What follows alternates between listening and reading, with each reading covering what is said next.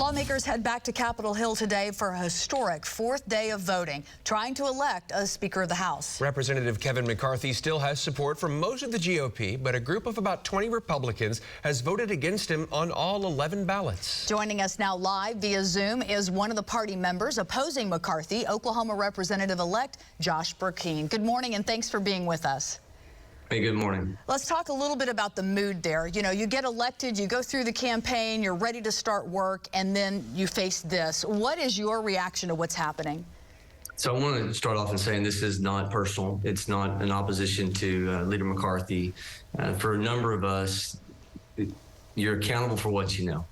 And there's a famous statement that says that conscience works off of what's right, while vanity operates off of what's popular, and cowardice operates the opposite of courage, and puts its finger in the wind and says, is this going to be good for me back home? I committed during a campaign to reform Congress, not be part of the status quo. This has nothing to do with personality conflict. It has to do about returning us to historical precedent.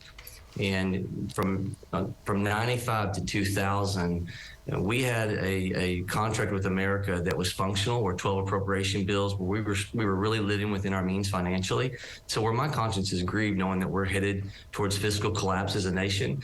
And even though it looks like we're holding up something, I would say that we're 10 years too late. 10 years ago, we were talking about this nation headed towards the status of Greece with our GDP to debt ratio. And so many of us are willing to put ourselves second and our country first and say, we want a solution to this continual diet of omnibus overspending, bloated spending that's leading us towards bankruptcy as a nation. And so I'm hopeful we can get a deal. So for you, Representative-elect, then, Brecheen, for you, it is about spending and not necessarily getting committee positions or certain other things that we're hearing about, deals that are being cut of trying to get McCarthy elected? No, it's the consideration of Leader McCarthy.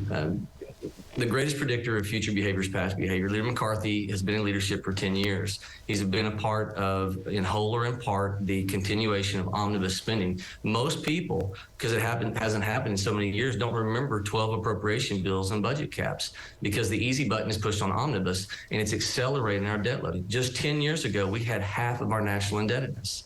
And so we have these bloated spending bills where you're only offered up or down votes, no ability to amend, and that's not the history of our country. And so some of us are saying, wait a minute, what the urgency is to return to historical precedent if we can turn our nation around and we can get back to economic security. Economic security is national security. And so if cool heads will prevail, if everyone will be patient and allow us to continue negotiations, I believe we can find a solution the American people will look at and say that I'm so thankful people are willing to put themselves second in our country first and force a conversation that's long overdue. Congressman-elect, we've got to wrap up, but just very quickly, do you think there will be approval today? We'll see. Like I said, negotiations in earnest are happening, and I'm hopeful that we can find a solution the American people can be proud of. All right, Representative-elect Josh Brecheen, we thank you so much for your time this morning.